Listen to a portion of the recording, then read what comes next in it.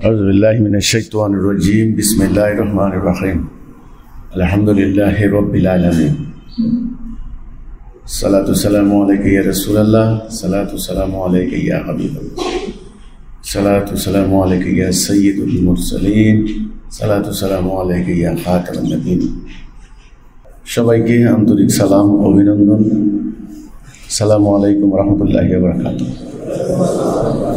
আজকের এই জুমার দিনে আমি আমাদের মহামান্য ইমামুজ্জামানকে স্মরণ করছি, যার উসিলায় আমরা এই মহাসত্যের সন্ধান লাভ করেছি। এবং আমি স্মরণ করছি আমাদের ওই সমস্ত শহীদ ভাইদের, যারা মূল্যবান জীবন তারা আল্লাহর রাস্তায় অকাতরে বিলিয়ে দিয়েছেন। এবং আজকে যারা বিভিন্ন জায়গায় আক্রান্ত হচ্ছেন, আহত হয়েছেন, আমি তাদের জন্য আল্লাহ তাআলার কাছে দোয়া করি, আল্লাহ যেন সবাইকে দ্রুত সুস্থতা দান করেন। আজকে আমরা অত্যন্ত আনন্দিত। আমাদের এখানে আমাদের কয়েকজন ভাই আছেন রংপুরে আহত, যুদ্ধাহত। তারা শহীদ হওয়ার ঠিক পূর্ব অবস্থা থেকে ফিরে এসেছেন। গাজী, এদেরকে বলে গাজী। এই জন্যে আমাদের এই জুমার এই আজকে অনেক তাৎপর্যপূর্ণ। প্রথম যে কথাটা বলবো, সমগ্র মানব জাতি আজকে একটা শয়তানি চক্রের, একটা দুষ্ট চক্রের কবলে আজকে পড়েছে। পুরো মানুষ একটা রাহু গ্রাস বলা হয়, রাহুর গ্রাস। আপনি যখন দেখেন যে চন্দ্রগ্রহণ হয়, সূর্যগ্রহণ হয়, তখন গ্রাস করে। সূর্যগ্রহণ যখন হয় তখন সমগ্র সূর্যটাকে গ্রাস করে ফেলে, তখন দুনিয়া অন্ধকার হয়ে যায়। ঠিক তেমনি পুরো মানব জাতিকে একটা শয়তান, একটা মহাপ্রতারক ইবলিসের একটা চক্রান্ত আজকে গ্রাস করেছে, রাহু গ্রাসের মতো। কিভাবে গ্রাস করেছে? আল্লাহ রাব্বুল আলামিন মানব জাতিকে সৃষ্টি করেছেন। এই যে আল্লাহ সৃষ্টি করেছেন, একজন স্রষ্টা আছেন। দুনিয়া এমনি এমনি সৃষ্টি হয়নি, মহাপরিকল্পনার অংশ হিসেবে তিনি সৃষ্টি করেছেন। বর্তমান এই সভ্যতায় অন্তত ৮০ কোটি লোক বিশ্বাস করে যে না, এটা আল্লাহ বলতে কিছু নাই, নাস্তিকতাবাদ, মানে আল্লাহর অস্তিত্বটাকে অস্বীকার করে ফেলছে। তো এই মহান আল্লাহ রাব্বুল আলামিন যখন এই সৃষ্টিটাকে তিনি একটা উদ্দেশ্যে সৃষ্টি করলেন, আজকে সমগ্র সিস্টেম, সমগ্র মানব জাতির সমগ্র ব্যবস্থা আল্লাহর সেই সিস্টেমের বিপরীত একটা ব্যবস্থা তারা কায়েম করেছে। এই যে একটা পরিস্থিতি, এটার কথা নবী করিম সাল্লাল্লাহু আলাইহি ওয়াসাল্লাম আজ থেকে ১৫০০ বছর আগে তিনি বলেছেন যে একটা মহাপ্রতারক দাজ্জাল আসবে, গ্রেট লায়ার, মিথ্যাবাদী, ডিসিভার, প্রতারক। সে প্রতারণা করবে, মানব জাতি তার প্রতারণার ফাঁদে পা দেবে। এর নাম রাসূল বলেছেন দাজ্জাল। দাজ্জাল শব্দের অর্থ হলো চাকচিক্যময় প্রতারক। তো সেই কথাটাই আমাদের মহামান্য ইমামুজ্জামান তিনি বলেছেন যে সেই রাসূল বর্ণিত প্রতারক দাজ্জাল, সেটা হচ্ছে এই আজকের যেই বস্তুবাদী সভ্যতা। গুরুত্বপূর্ণ হাদিসগুলি যখন আপনি একত্রিত করেন, দাজ্জাল সম্পর্কিত হাদিস, মোটামুটি কয়েকটি কথা একত্রিত হয়ে যায়। যেমন রাসূল বলেছেন মাটির নিচ থেকে সম্পদ তুলে আনবে দাজ্জাল। আজকে দেখেন সমগ্র দুনিয়ার সম্পদ শত শত মিটার গভীর থেকে তুলে আনছে। তেল তো বহু আগে তুললো, সমস্ত মূল্যবান ধাতু, বিভিন্ন কেমিক্যালস, বিভিন্ন ধরনের, যেটা দিয়ে এই সভ্যতা চলে, মাটির নিচ থেকে সম্পদ তুলে আনলো। এই সভ্যতা যন্ত্রপাতি, প্রযুক্তি। রাসূল বলেছেন দাজ্জালের বাহন হবে ঘোড়া, ঘোড়ায় চড়ে দুনিয়া চক্কর দিবে। কতটুকু টাইম লাগবে? জুমার নামাজের যে সময়, ঠিক ওই সময়। কি সিগনিফিকেন্ট হাদিস, কি তাৎপর্যপূর্ণ হাদিস! জুমার নামাজের মোটামুটি কার্যক্রম শেষ করতে 1-1.5-2 ঘন্টা লাগে, এর বেশি লাগে না। ঠিক আজকে এই প্রযুক্তি, রকেট তারা আবিষ্কার করেছে, সমগ্র দুনিয়া চক্কর দিয়ে আসতে 1-2 ঘন্টা লাগে, 1.5 ঘন্টা লাগে, এর বেশি লাগে না। হাদিসগুলার একটু তাৎপর্য বিশ্লেষণ করলে, হাদিসের মর্মার্থ বুঝবেন যে এই রাসূল বর্ণিত দাজ্জাল, এটা কিন্তু ভয়ঙ্কর ব্যাপার। এক হাতে জান্নাত, এক হাতে জাহান্নাম থাকবে। লোকদেরকে বলবে আমার জান্নাতে আসো, লোকেরা ভুল করে তার জান্নাতে ঢুকে পড়বে, চাকচিক্যময় প্রতারণা করবে। তো লোকেরা ঢুকে দেখবে যে না, এটা তো জাহান্নাম, আমরা ভুল করেছি। দাজ্জালের এক পা থাকবে মাশরিকে, এক পা থাকবে মাগরিবে। এই যে দাজ্জাল সম্পর্কিত বর্ণনা, এটাকে বলা হয়েছে দানব। দানব কথাটা এই জন্য বলা হয়েছে, দানবীয় আকৃতি তার, জায়ান্ট। আজকে এই সভ্যতার যে টেকনোলজি, প্রযুক্তি কতখানি ভয়াবহ, কতখানি সাংঘাতিক, তা আপনারা কল্পনা করতে পারবেন না, আমাদের কল্পনার বাইরে। এই বাহনটা হলো প্রযুক্তি। ঘোড়া বলছে না, ঘোড়া প্রযুক্তি। তো এখন যদি সংকীর্ণ দৃষ্টিভঙ্গি থেকে যদি আমরা দেখি, সংকীর্ণ দৃষ্টি, উদার দৃষ্টি না হয়, তবে আমরা দাজ্জাল কিন্তু চিনব না। তা আমরা বসে থাকবো, সেই ঘোড়ায় চড়ে আসবে এটা দানব, কবে আসবে? কপালে কাফের লেখা থাকবে, একমাত্র মুমিনরা পড়তে পারবে, কাফেররা পড়তে পারবে না। ওই দানবের দিকে আমরা চেয়ে থাকবো, এটা ঘোড়ায় চড়ে আসতেছে।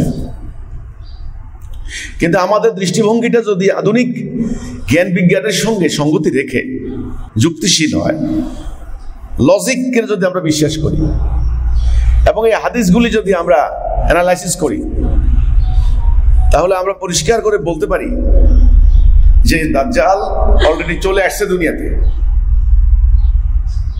সেটা হলো এই যে বস্তুবাদী সভ্যতা, ম্যাটেরিয়ালিস্টিক সিভিলাইজেশন, ইহুদি খ্রিস্টান সভ্যতা, এটাই রাসূল বর্ণিত সেই দাজ্জাল। প্রতিটা হাদিস মিলিয়ে দেখেন, মিলবে। এখানে একটা তাৎপর্যপূর্ণ ঘটনা আছে, প্রিরিকুইজিট টু ঈসা, একটা কথা আছে ইংরেজিতে। ঈসা আলাইহিস সালাম আসার পূর্ব শর্ত, প্রিকন্ডিশন। আল্লাহ রাসূল বলেছেন যে ঈসা আলাইহিস সালাম আসবেন দাজ্জাল ধ্বংস করতে। তাহলে দাজ্জাল যেহেতু চলে এসেছে, এখন ঈসা আলাইহিস সালাম আসার বাকি। এই কথাটা আমি আজকের এই জন্য অবতারণা করলাম। আজকে পুরো মুসলমান নামক জাতি, দেখেন সমগ্র মুসলিম উম্মা বলতে, উম্মা তো এখন আর নাই, উম্মার যে সংজ্ঞা আল্লাহ রাসূল দিয়েছেন, ডেফিনিশন যেটা দিয়েছেন, একটা জাতি, একটা দেহ, একজন নেতা, আল্লাহ দেওয়া সংবিধান কোরআন মানবে, এটার নাম উম্মা। আজকে সেই এক উম্মা, উম্মতে মুহাম্মাদি, কুনতুম খায়রা উম্মতি, তোমরা হলে সেরা উম্মা। এই উম্মার সংজ্ঞা মোতাবেক, জাতি সংজ্ঞা মোতাবেক আজকে উম্মা নাই। কারণ জাতির কোনো নেতৃত্ব নাই, একক কোনো অথরিটি নেই, কোনো নেতৃত্ব নেই, কেউ কারো কথা শোনে না। শিয়াদের চিন্তা ভাবনা আলাদা, সুন্নিদের আলাদা, আহলে হাদিস একরকম, আহলে সুন্নাত জামাত আরেক রকম। রাষ্ট্রগুলি আলাদা আলাদা, প্রত্যেকটা রাষ্ট্রের সংবিধান আলাদা, সরকার ব্যবস্থা আলাদা, রাজনৈতিক দলের লক্ষ্য উদ্দেশ্য আলাদা, টুকরা টুকরা। তাহলে উম্মা নাই কিন্তু। তো আজকে দুর্ভাগা, হতভাগা মুসলমান আমরা আজকে যেই দাজ্জালকে প্রতিরোধ করার কথা, যে দাজ্জালের বিরুদ্ধে লড়াই করার কথা, সেই মুসলমান আজকে দাজ্জালের পায়ে সেজদা করছে। সেজদা শব্দের অর্থ কিন্তু বুঝতে হবে। সেজদা মানে হলো, যদি আপনি মনে করেন খালি মাটিতে মাথা ঠোকানো, না কপাল মাটিতে লাগানো, এটার নাম সেজদা। তাহলে কোরআনের যে সেজদার যে অর্থগুলি করা হয়েছে, অনেকগুলি আয়াত আছে, আপনি একত্রিত করেন। শামসু ওয়াল কামারু বিহুসবান ওয়ান নাজমু ওয়াশ শাজারু ইয়াসজুদান। বৃক্ষরাজি তারকারাজি আল্লাহকে সেজদা করে। তাহলে সেজদা মানে হচ্ছে মূলত আনুগত্য করা। আর নামাজের সেজদা হচ্ছে মুমিনদের আল্লাহর আনুগত্য করার প্র্যাকটিস। নামাজের দৈনিক 5 বার যে আমরা সেজদা করি, যে সেজদা করে বলি যে সুবহান রাব্বিয়াল আলা, সুউচ্চ সুমহান মর্যাদার অধিকারী আল্লাহ, এটা আমরা প্র্যাকটিস করি যে আমরা এইভাবে তোমার আনুগত্য করব, কানিতিন বিনীত বিনয় নম্র থাকবো, তোমার হুকুমের প্রতি আমরা আনুগত্যশীল থাকবো, বাধ্য হব, আমরা অবাধ্য হব না, ফাসিক হব না। আল্লাহ কোরআনে বললেন লা ইয়াহদিল কওমাল ফাসিকিন, ফাসিক সম্প্রদায়কে আল্লাহ হেদায়েত দেন না। তো এই কথাটাই বললাম যে দুর্ভাগ্যজনক ভাবে আজকে আমরা মুসলমানরা যেই জাতিকে আল্লাহ পছন্দ করেছেন, সৎ কাজের আদেশ দিবে, অসৎ কাজ থেকে নিষেধ করবে, যাদের উত্থান ঘটানো হয়েছে, কুনতুম খায়রা উম্মাতি উখরিজাত লিন-নাস তা'মুরুনা বিল মারুফ ওয়া তানহাউনা আনিল মুনকার। তোমাদেরকে উত্থান ঘটানো হয়েছে, মানব জাতি থেকে তোমাদেরকে আলাদা করা হয়েছে, খারিজ করা হয়েছে। তোমরা কি করবে? সৎ কাজের আদেশ দিবে, অসৎ কাজ থেকে নিষেধ করবে। এই হলো উম্মার মূল দায়িত্ব, কর্তব্য। উম্মাহ আল্লাহর দেওয়া হুকুম প্র্যাকটিস করবে, আল্লাহ রাসূলের দেওয়া আদর্শ তারা প্র্যাকটিস করবে, পুরো মানব জাতিকে ন্যায় সত্য সুবিচারের মধ্যে রাখবে আল্লাহ দেওয়া বিধান দিয়ে। এই জন্য তারা মুসলিম। মুসলিম শব্দের অর্থ কি? বিনা শর্তে, বিনা প্রশ্নে আল্লাহর আইনের প্রতি, আল্লাহর হুকুমের প্রতি যারা মস্তক পেতে দেয় তারা হলো মুসলিম। আল্লাহর হুকুমের প্রতি যারা সারেন্ডার করে তারা হলো মুসলিম। এই তো মুসলিম নাকি? সেখানে আজকে দুর্ভাগ্য, এই জাতি নিজেরা টুকরো টুকরো হয়ে দাজ্জালের তৈরি অর্থনীতি, রাজনীতি, জীবন ব্যবস্থা তারা প্র্যাকটিস করছে। তারা দাজ্জালের কাছে সারেন্ডার করছে, এই সভ্যতার কাছে। তাদের রাজনৈতিক সংকট নিজেরা সমাধান করতে পারে না, ওখানে যায়, ওদের কাছে যায়। তাদের সরকারগুলি যখন বাজেট করে, ম্যাক্সিমাম বাজেট ফেল, ওদের কাছে যায়। ওদের সুদী কারবারি, সুদী মহাজনরা বসে আছে। ওয়ার্ল্ড ব্যাংক, IMF এই সুদী মহাজনদের সুদী কারবারের কারখানা। শর্ত সাপেক্ষে কঠিন কঠিন শর্তের জালে এদেরকে ঋণ দেয়। এরা কোনোদিন ঋণ শোধ করতে পারে না, কারণ নতুন নতুন এমনভাবে ঋণগ্রস্ত হয়, আরো ঋণ চাই, আরো ঋণ চাই। ওদের মিডিয়া দ্বারা, এদের মিডিয়া প্রভাবিত, ওদের রাজনৈতিক ব্যবস্থা এরা নেয়। এদের দেশে কোনো সরকার পরিবর্তন ঘটলে, যেমন ধরেন বর্তমানে বিগত সরকারের পরে নতুন করে ইন্টারিম গভর্নমেন্ট কি করলো, আমাদের বাংলাদেশ প্রসঙ্গে বলি, তারা সংস্কার করবে। সংস্কার কিভাবে করবে? ওই দেখেন ওদের মতো। ওই আমেরিকার নির্বাচন ব্যবস্থা কেমন, পার্লামেন্ট সিস্টেম কেমন, ইংল্যান্ডেরটা কেমন, ইন্ডিয়াটা কেমন, ওইভাবে করছে। এর বাহিরে যেতে পারে না। তাহলে পুরো জাতি, পুরো উম্মাহ তারা আল্লাহর দেওয়া বিধান, আল্লাহর দেওয়া হুকুম তারা বাদ দিয়ে তাদের তৈরি করা জীবন ব্যবস্থা মেনে নিয়েছে। তারা তাদেরকে সারেন্ডার করেছে, তাদেরকে সেজদা করছে। এমত অবস্থায় আল্লাহ রাব্বুল আলামিন, আল্লাহ সুবহানাহু ওয়া তাআলা তার অসীম করুণায় আল্লাহর এক প্রিয় বান্দার মাধ্যমে তিনি হেদায়েত দিয়েছেন, তাওহীদের জ্ঞান দিয়েছেন, ঈমানের জ্ঞান দিয়েছেন। আমরা পথহারা ছিলাম, ঈমান কি জানতাম না, তাওহীদ কি জানতাম না, হেদায়েত কি জানতাম না, আকীদা কি জানতাম না, ইসলাম কি জানতাম না, এবং ইসলাম প্রতিষ্ঠার প্রক্রিয়া কি সেটাও জানতাম না। এই সমস্ত কিছু একজন মহামানবের উসিলায় আমরা জানতে পেরেছি। তিনি যখন আমাদের সামনে তাওহীদের মূল মিনিং তুলে ধরলেন, তিনি বললেন তাওহীদ কি, তাওহীদটা বুঝো। তাওহীদ মানে হলো লা ইলাহা ইল্লাল্লাহ, আল্লাহর সার্বভৌমত্ব ছাড়া কারো সার্বভৌমত্ব চলবে না। আল্লাহর হুকুম ছাড়া কারো হুকুম চলবে, আল্লাহর বিধান ছাড়া কারো বিধান মানব না। ইলাহ মানি হলো তিনি সেই সত্তা যার আনুগত্য করতে হবে, যার হুকুম মানতে হবে। সার্বভৌমত্ব, সভরেন্টি, ইংরেজিতে সভরেন্টি বলে, নিরঙ্কুশ ক্ষমতা, আধিপত্য, কর্তৃত্ব, অ্যাবসলিউট অথরিটি, অ্যাবসলিউট পাওয়ার আল্লাহ ছাড়া কোনো মানুষের হতে পারে না। হ্যাঁ, মানুষ মরণশীল, মানুষ দুর্বল, মানুষ ভবিষ্যৎ জানে না, সমগ্র মানব জাতির সংকট সমাধানের মতো, আইন রচনা করার মতো মানুষের সে জ্ঞান নাই। তো এই মানুষ কিন্তু অ্যাবসলিউট অথরিটি সম্পন্ন হতে পারে মানুষ না। একমাত্র আল্লাহ সুবহানাহু ওয়া তাআলা, যিনি আমাদেরকে সৃষ্টি করেছেন, যিনি আমাদের মন মস্তিষ্ক জানেন, যিনি আমাদের সাইকোলজি বুঝেন, সমাজে বিরাজিত সংকট কখন কি হবে তিনি জানেন। তিনি আদি অন্ত, তার কাছে অতীত ভবিষ্যৎ বলতে কিছু নাই, সবকিছুই বর্তমান, সবকিছুই প্রেজেন্ট। ইলাহ শব্দের অর্থ যদি আপনারা না বুঝেন তবে তাহলে এই কলেমা তাওহীদের মূল মর্ম বুঝবেন না। তো তিনি প্রথমে বলেছেন যে লা ইলাহ, এটা হলো মুমিন হওয়ার প্রথম শর্ত। নামাজ, রোজা, হজ, যাকাত এই বিষয়গুলি আসে পরে, এগুলি মুমিনের আমল। এই আমল দিয়ে মুমিন কি করবে? জান্নাতের স্তর অতিক্রম করবে। জান্নাতের স্তর, সবাই সমান স্তরে থাকবে না। আগে মুমিন হতে হবে আপনাকে। সে মুমিন হওয়ার প্রথম কন্ডিশনটা হলো আল্লাহ ছাড়া অন্য কারো সার্বভৌমত্ব, কারো হুকুম, কারো বিধান মানা যাবে না।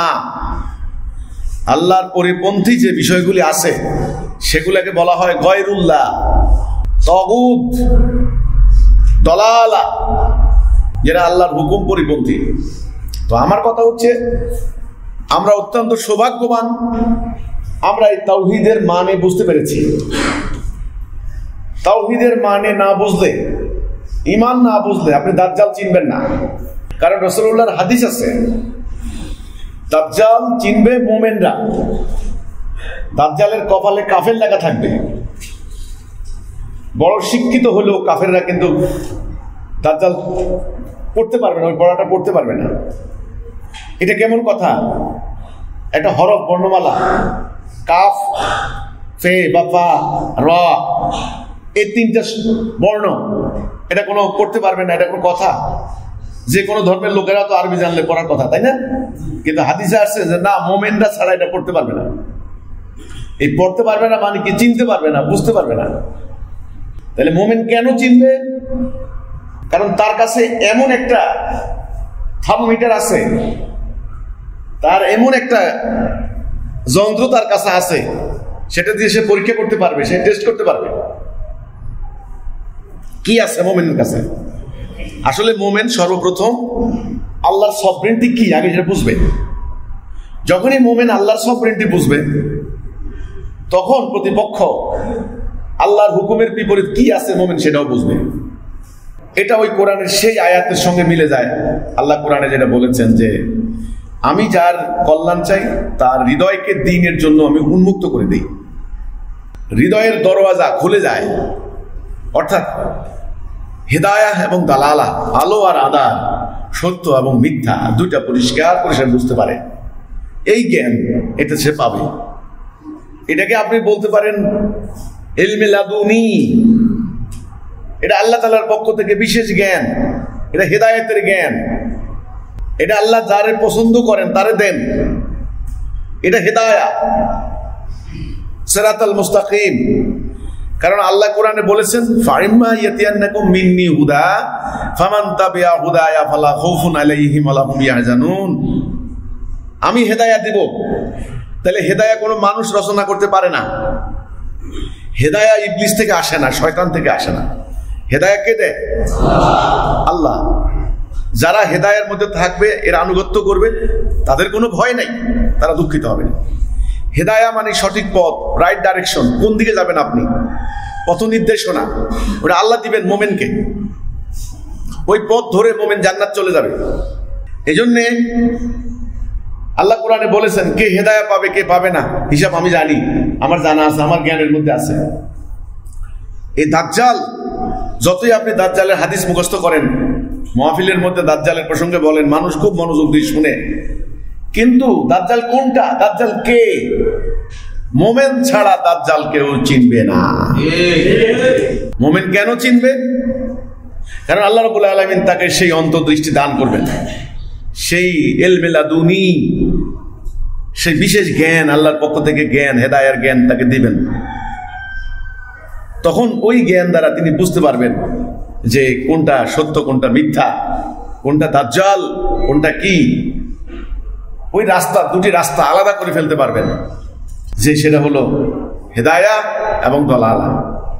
যেটা আমি পরিষ্কার বলি, দুটি উদাহরণ দিলে বুঝবেন।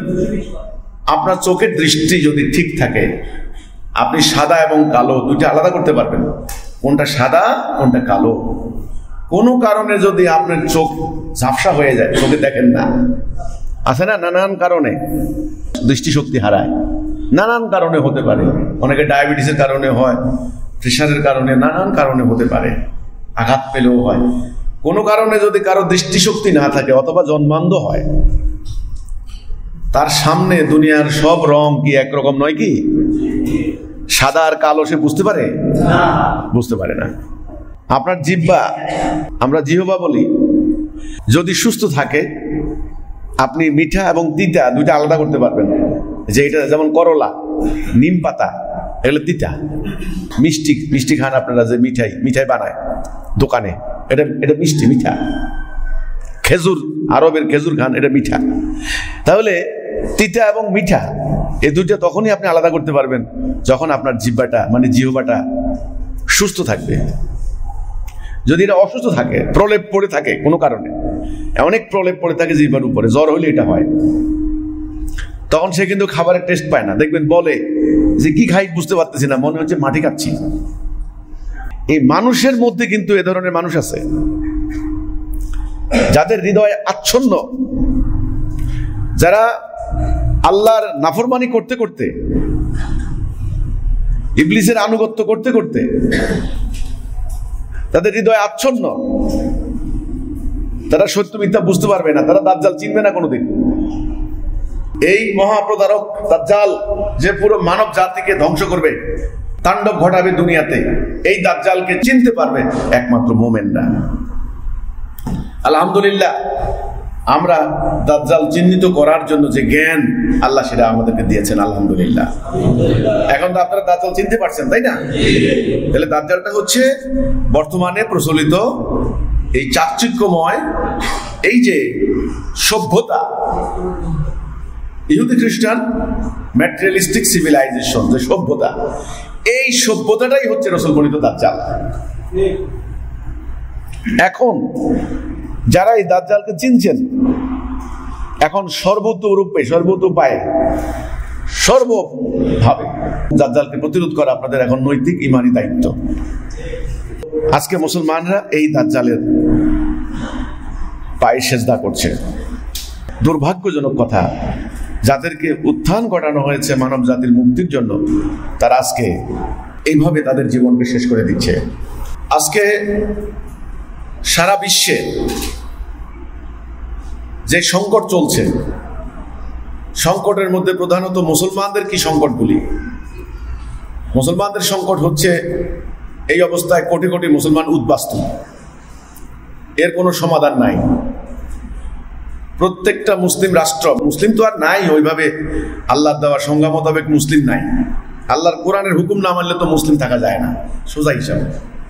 সো কল্ড নামে মুসলিম, মানে মুসলমান প্রধান রাষ্ট্রগুলিতে আপনি দেখেন, পাকিস্তান একটা যন্ত্রণা, রাজনৈতিক অস্থিরতা, মারামারি, হানাহানি, সরকার পরিবর্তন হচ্ছে।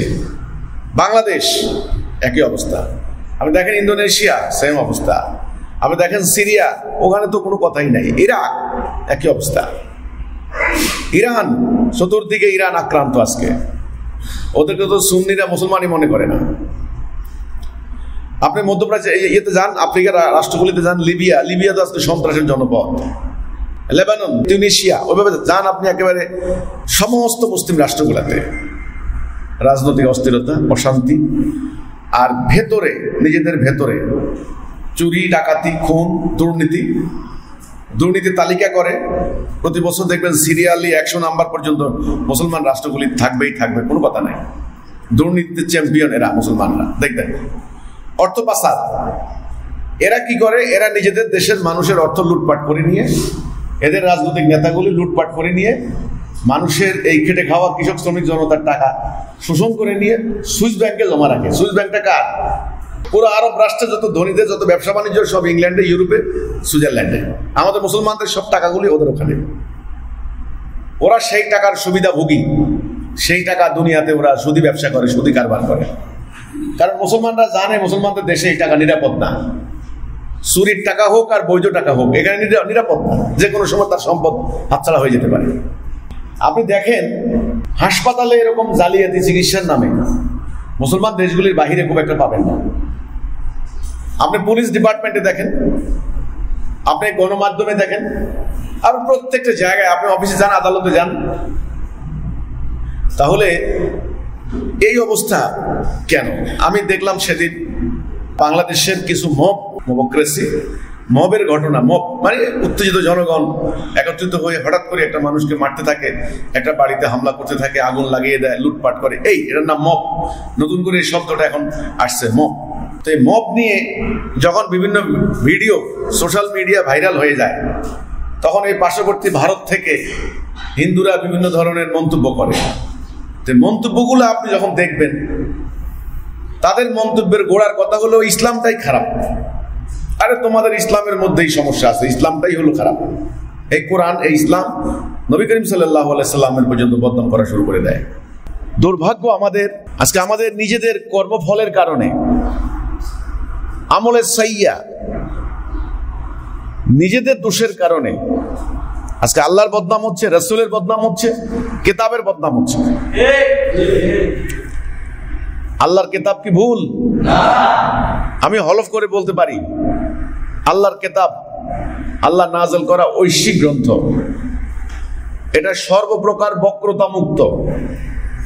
কোনো বক্রতা নাই, কোনো গুজামিল নাই, তথ্যের কোনো ওলট পালট নাই। আল্লাহ হক সত্য, রাসূল হক, রাসূলের পবিত্র জীবনী হক সত্য, কোরআন হক সত্য। তাহলে আজকে আমাদের মুসলমানদের এই অবস্থা হলো কেন? মুসলমান এক জাতি হওয়ার কথা, সেখানে টুকরা টুকরা হলো কেন? আল্লাহ কি টুকরা টুকরা হইতে বলেছেন? না, আল্লাহ ঐক্যবদ্ধ হতে বলেছেন।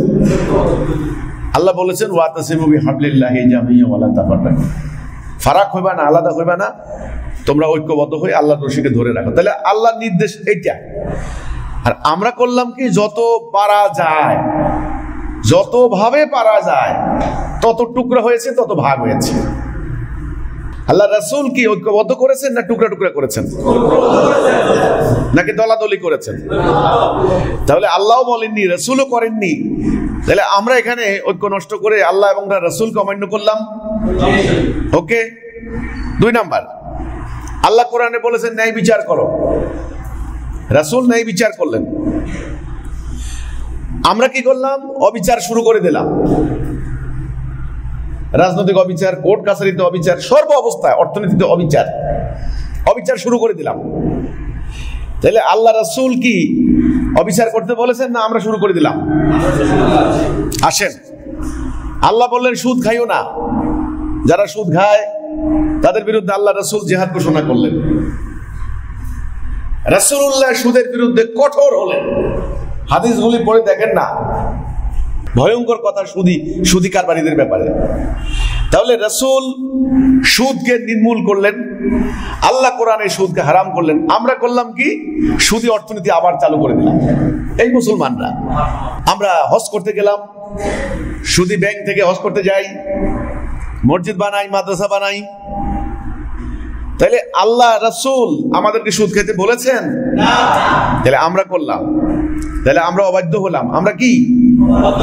অবাধ্য। যারা অবাধ্য জাতি, লা ইয়াহদিল কওমাল ফাসিকিন, ফাসিক অবাধ্য, আল্লাহ তাদেরকে হেদায়েত দেন না। আল্লাহর হুকুম যারা মানে না, আল্লাহর বিধান যারা মানে না, আল্লাহ কি তাদেরকে সারেন্ডার করতে বললেন নাকি আল্লাহর বিধান প্রতিষ্ঠার জন্য জিহাদ করতে বললেন? জিহাদ। আল্লাহ বললেন জিহাদ করো, শত শত আয়াত জিহাদ করো। মুজাহিদের জন্য আমি সম্মান রেখেছি, তাদের সমস্ত গুনাহ মাফ। যারা ঈমান আনবে, আল্লাহর রাস্তায় জিহাদ করবে, তাদেরকে আমি জান্নাতে দাখিল করব, তাদের সমস্ত গুনাহ মাফ। রাসূল পুরো পবিত্র জীবন জিহাদ করেছেন। আমরা করলাম কি? আমরা একটা জাল হাদিস আবিষ্কার করলাম, আত্মার বিরুদ্ধে জিহাদ বড় জিহাদ। আমরা জিহাদ বাদ দিলাম, আল্লাহর দ্বীন প্রতিষ্ঠার এই জিহাদ আমরা বাদ দিলাম। আল্লাহ বললেন জিহাদ করো, রাসূল দেখাই দিলেন কেমনি জিহাদ করতে হবে, কার বিরুদ্ধে জিহাদ করতে হবে। আমরা কি করলাম? আল্লাহ এবং তার রাসূলকে অমান্য করে আমরা নিজের একটা জাল হাদিস বানিয়ে নিলাম কি আত্মার বিরুদ্ধে জিহাদ বড় জিহাদ। আমরা জিহাদ বাদ দিলাম, আমরা আত্মসমর্পণ করলাম ওদের কাছে, ওদের আইন কানুন দণ্ডবিধি অর্থনীতির কাছে। আল্লাহ বললেন যে আমার নাজেল করা বিধান দ্বারা ফয়সালা করো, যারাই করবে না তারা কাফের। রাসূলকে বলা হয়েছে, হে রাসূল আপনি ওদের হাওয়াউনের অনুসরণ করবেন না, ওদের খেয়াল খুশির অনুসরণ করেন না। আমি আপনাকে যা করতে বলেছি, যেটা হারাম করেছি এটা আপনি হারাম করুন, আমি যেটা হালাল করেছি এটা হালাল করুন। হারাম হালালের মানদণ্ড আমি দিয়েছি, এটা বাস্তবায়ন করুন। আমরা করলাম কি? আল্লাহ নাযিল করা বিধানকে বাদ দিয়ে আমরা ওদের তৈরি করা বিধান দিয়ে আমাদের রাষ্ট্র পরিচালনা করছি। আল্লাহ বললেন যে তোমরা তোমাদের একজন নেতার আদেশ শুনবা, আমার আদেশ শুনবা, আমার আনুগত্য করবা, তোমার রাসূলের আনুগত্য করবা, এবং তোমাদের মধ্যে যারা উলিল আমর আমির থাকবেন তার আনুগত্য করবা। আজকে আমাদের সমাজে আছে আমির? আছে নাই। হ্যাঁ আমির আছে, নানান ভাবে আমির ভাগ হয়ে গেছে। তবলিগের আমির একটা, সরমনের আমির একটা, জমাতের আমির একটা, ওই আপনার কামি মাদ্রাসার আমির আরেকটা, এরপরে দিয়ে হলো আহলে হাদিসদের আমির আরেকটা, বিভিন্ন জঙ্গি সংগঠন আছে ওদের আমির আরেকটা, এই আছে। এটা তো না ইমারতের যে ধারাবাহিকতা, পুরো উম্মার আমির হবেন একজন। তাহলে আল্লাহ যেটা বলেছেন আমরা একটা একটা একটা করে প্রতিস্থাপন করেছি, ঠিক উল্টা। তা আমরা কি বাধ্য না অবাধ্য? বাধ্য না অবাধ্য? অবাধ্য, ফাসিক। এই অবাধ্য কওমকে আল্লাহ হেদায়েত দেন না। এরপরে হচ্ছে কি অহংকার। আল্লাহ বললেন দম্ভ ভরে আমার জমিনে বিচরণ করিও না, আমার জমিনকে তুমি বিদীর্ণ করতে পারবে না। অহংকার আমার গায়ের চাদর। রাসূল বলছেন যে অহংকার করবে সে আল্লাহর গায়ের চাদর নিয়ে টানাটানি করবে। অহংকারের জন্য জান্নাত হারাম। এদের অহংকার, আমলের অহংকার, এলেমের অহংকার, লেবাসের অহংকার, অহংকারে মাটিতে পা পড়ে না, কঠিন অহংকার। তো এই যে ব্যাপারগুলি আমি বললাম, আজকে মুসলমানদের আমাদের এই চরম দুর্ভাগ্য হতভাগ্যের মেইন কারণ আমরা আল্লাহর অবাধ্য হয়েছি, আল্লাহর তাওহীদকে আমরা প্রত্যাখ্যান করেছি। এমন পরিস্থিতিতে আমরা কি করতে পারি? আল্লাহ রাব্বুল আলামিন অতীব দয়া করে, অতীব করুণা করে আল্লাহর এক প্রিয় বান্দার উসিলায় আবারও আমাদেরকে সেই হেদায়েতের জ্ঞান দান করেছেন। আলহামদুলিল্লাহ। আমরা বুঝতে পেরেছি তাওহীদ কি, আমরা বুঝতে পেরেছি ঈমান কি, সিরাতুল মুস্তাকিম কোনটা, হেদায়া কি, আল্লাহর দ্বীন কোনটা, এবং আল্লাহর দ্বীন প্রতিষ্ঠা করার প্রক্রিয়া কি। এখন আমাদের কর্তব্য হলো, আমাদের দায়িত্ব হলো এই সত্যটা পুরো মানব জাতির কাছে পৌঁছে দেওয়া।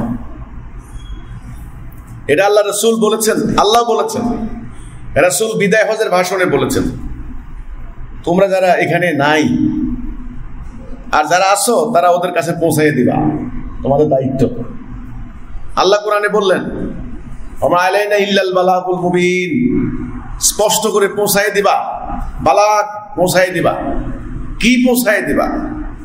মানব জাতিকে এই কথাটা বলবা যে হে মানুষ তোমরা আল্লাহর আনুগত্য করো, হে মানুষ তোমরা আল্লাহর ইবাদত করো, হে মানুষ আল্লাহর কোরআনের বিধান দ্বারা তোমাদের সমাজ রাষ্ট্র পরিচালিত করো, হে মুমিন তোমরা ঐক্যবদ্ধ হও, তোমাদের একজন নেতার আনুগত্য করতে হবে, তোমাদের সমাজ এমন একটি শান্তিপূর্ণ সমাজ হবে যেখানে মানুষ দরজা খুলে ঘুমাবে, একজন নারী নিরাপদে হেঁটে যাবে শত শত মাইল স্বর্ণ অলংকার পরিহিত অবস্থায়, তার মনে বিন্দুমাত্র ভয় হবে না, না ইজ্জত হারানোর ভয়, না সম্পদ হারানোর ভয়।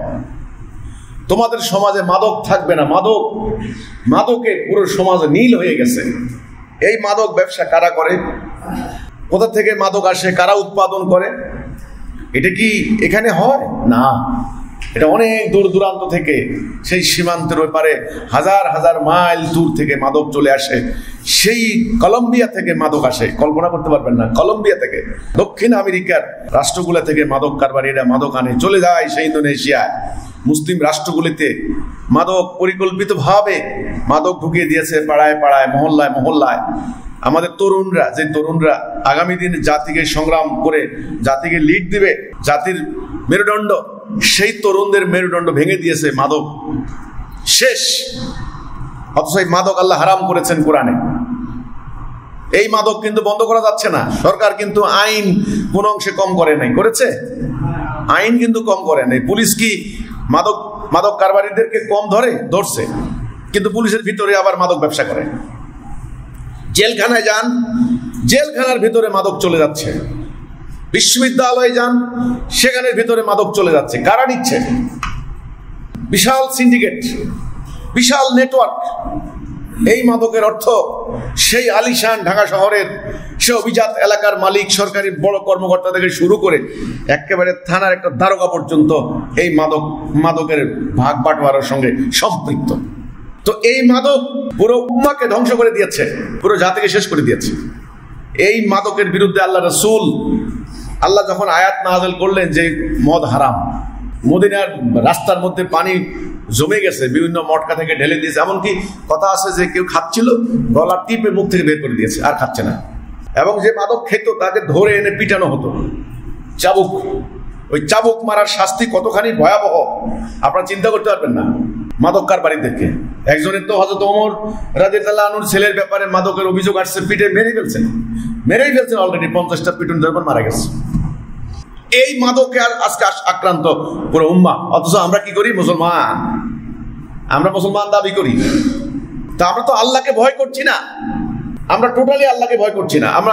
আমাদের হৃদয়ে ভেতরে আল্লাহর কোনো উপস্থিতি নাই, আমাদের রাষ্ট্রে কোনো আল্লাহর আইন নাই, আমাদের ভেতরেও আল্লাহর কোনো ভয় নাই, তাকওয়া নাই, বাহিরেও নাই, ভেতরেও নাই। এই জন্য অশান্তি, আগুন। এখন এই মানব গোষ্ঠীর কাছে আপনারা গিয়ে বলবেন যে হে মানুষ, তোমরা আল্লাহর দেওয়া দ্বীন মেনে নাও, আল্লাহর প্রতি ঈমান আনো। এই বালাগ আপনারা পৌঁছাই দিবেন, এই সত্যটা পৌঁছাই দিবেন। মানুষ দলে দলে জাহান্নাম যাচ্ছে, মানুষ দলে দলে দলালাত যাচ্ছে, বাম দিকে যাচ্ছে। আপনারা গুটি কয়েক লোক মোমেন বান্দা আপনারা দাঁড়িয়েছেন এই সত্যটা মানুষকে জানানোর জন্য। আপনারা দেখেন এই চাষিরহাটে আপনারা কয়েকশো নরনারী এখানে সম্পূর্ণ হালাল উপায়ে রোজগার করেন। কত পরিশ্রম করে আপনাদেরকে জীবন ধারণ করতে হয়। আপনারা 5 ওয়াক্ত নামাজ পড়েন, রোজা রাখেন, আপনারা আল্লাহর দ্বীনের পথে মানুষদেরকে ডাক দেন। অথচ দেখেন এই আপনারা যখন বিভিন্ন জায়গায় যান, আপনাদেরকে মারা হয়, আঘাত করা হয়, গালি দেওয়া হয়, আপনাদের টাকা মেরে নিয়ে যাওয়া হয়, আপনাদের গাড়িগুলি চুরি করে নিয়ে যাওয়া হয়। সেটা করেন আপনাদেরকে? হ্যাঁ, করছেন। প্রতিনিয়ত আপনারা এই জুলুমের সম্মুখীন হচ্ছেন। আপনারা এই অত্যাচার কেন সহ্য করছেন? কি কারণে সহ্য করছেন? আল্লাহর জন্য নাকি? এই জন্য আল্লাহর দিকে মোমেনদেরকে ডাক দিতে হবে। মোমেনরা আপনারা ডাক দিয়ে যান, আপনারা জান্নাতি ফিরকা। রাসূলুল্লাহ বলেছেন ইয়াহুদি জাতি 72 ফেরকায় বিভক্ত হবে, আমার উম্মাহ হবে 73 ফেরকা, 1 ফেরকা বেশি। দেখেন 72 ফেরকা জাহান্নাম যাবে, 1 ফেরকা জান্নাত যাবে। সেই জান্নাতি ফেরকা কোনটা? হাদিসের মধ্যে আছে, রাসূল বলেছেন যেটার উপরে আমি এবং আমার সাহাবীরা আছি, ওইটার মধ্যে যারা থাকবে। তাহলে রাসূল এবং রাসূলের সাহাবীরা কিসের মধ্যে ছিলেন? তাওহীদের উপরে। কিসের মধ্যে ছিলেন? জিহাদ এবং সংগ্রাম। রাসূল এবং সাহাবীরা কি এরকম স্বার্থপর আত্মকেন্দ্রিক ছিল?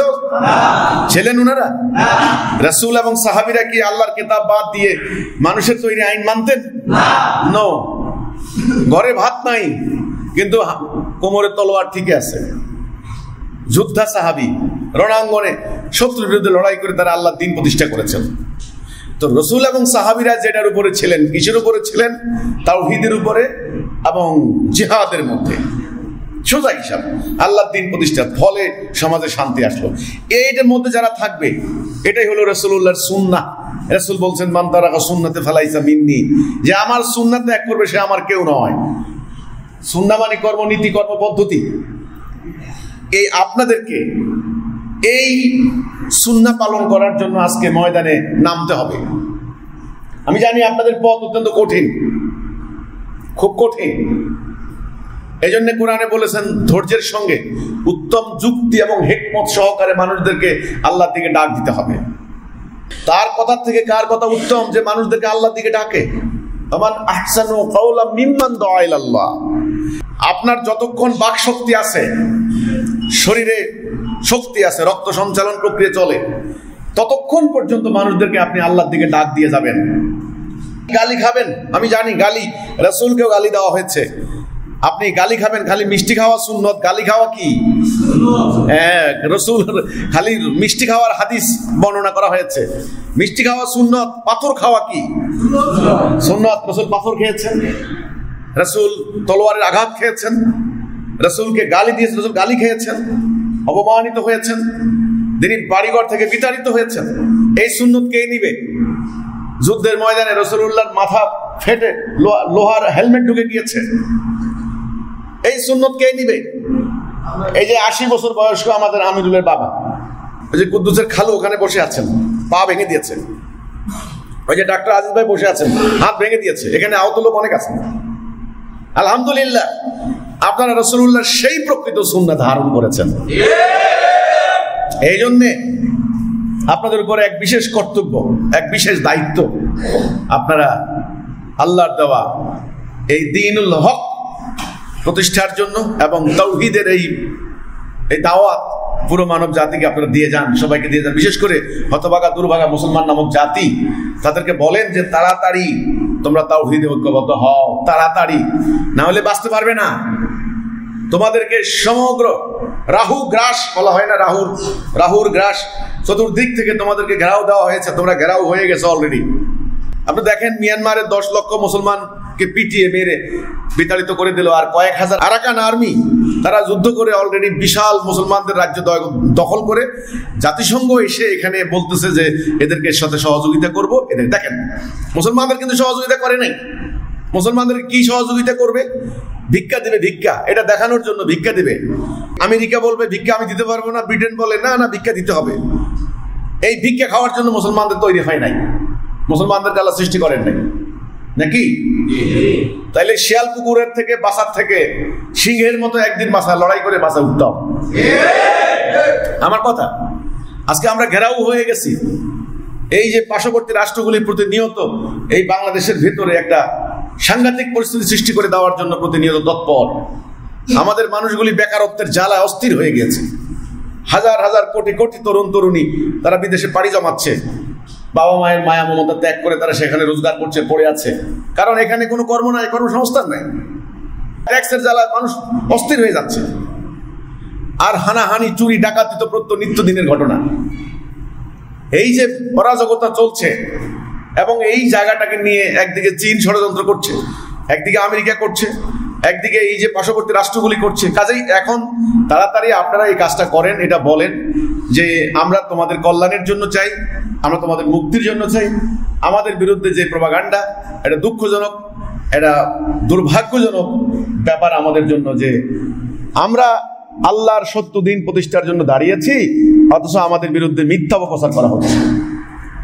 আমরা হালাল উপায়ে রোজগার করে জীবন ধারণের কথা বলছি, অথচ আমাদের বিরুদ্ধে প্রপাগান্ডা চালানো হচ্ছে। বলবেন আমরা মুমিন মুসলমানদেরকে ঐক্যবদ্ধ করে আল্লাহর দ্বীন প্রতিষ্ঠার জন্য অনুপ্রেরণা যোগাচ্ছি, অথচ তারা আমাদের বিরুদ্ধে মিথ্যাচার করছে, অপপ্রচার করছে। কারা করছে? যারা আল্লাহর নাযিল করা কিতাবকে নিয়ে ব্যবসা করে, পুঁজি বানিয়ে তারা রুটি রুজি করে তারা। তো কাজেই হিজবুত তাওহীদের ভাই ও বোনেরা, আপনারা এই এলাকার মুসল্লিরা যারা আছেন, আমি আপনাদেরকে পরিষ্কার করে বলতে চাই, এই মহাসত্য আপনারা বলে যান যে হে মানুষ, তোমরা আল্লাহর আনুগত্য করো, আল্লাহর হুকুম মেনে নাও, আল্লাহর বিধান মানো, তবে তোমাদের মুক্তি, তোমাদের শান্তি, এবং তোমরা একজন নেতার আন্ডারে ঐক্যবদ্ধ হও।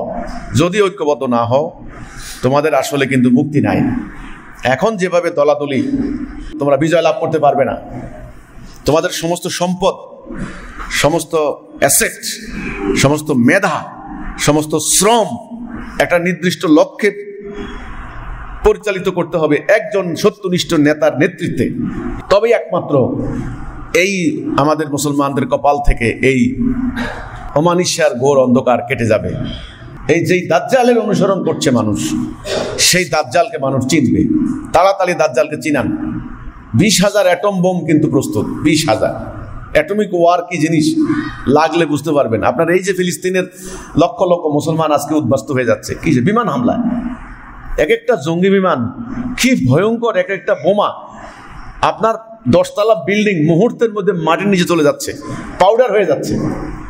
এত ভয়ঙ্কর অস্ত্র মুসলমানদের নাই, কিন্তু কিচ্ছু নাই।